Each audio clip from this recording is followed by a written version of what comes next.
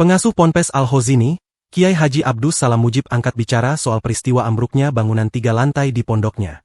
Menurut Abdus Salam, pembangunan musala tersebut sudah berjalan sekira 9 hingga 10 bulan. Bagian bawah difungsikan untuk mushola dan lantai atas bakal difungsikan untuk hall atau pusat kegiatan santri. Masih pengerjaan. Ini sedang pengerjaan lantai terakhir.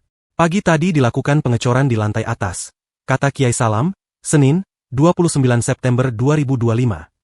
Namun, penyebab pasti ambruknya bangunan tersebut masih dalam penyelidikan oleh tim Inafis Polda Jatim.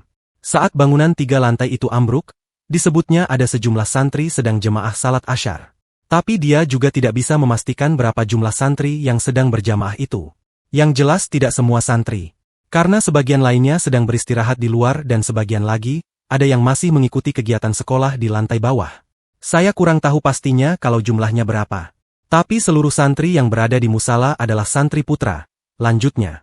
Akibat peristiwa itu, pihak pondok memutuskan untuk menghentikan sementara seluruh kegiatan pesantren hingga kondisi benar-benar aman. Kami anggap ini sebagai takdir dari Allah. Kami minta semua wali santri dan santri bersabar menunggu proses evakuasi. Semoga diberi ganti oleh Allah yang lebih baik, diberi pahala yang tak bisa diutarakan, ujarnya.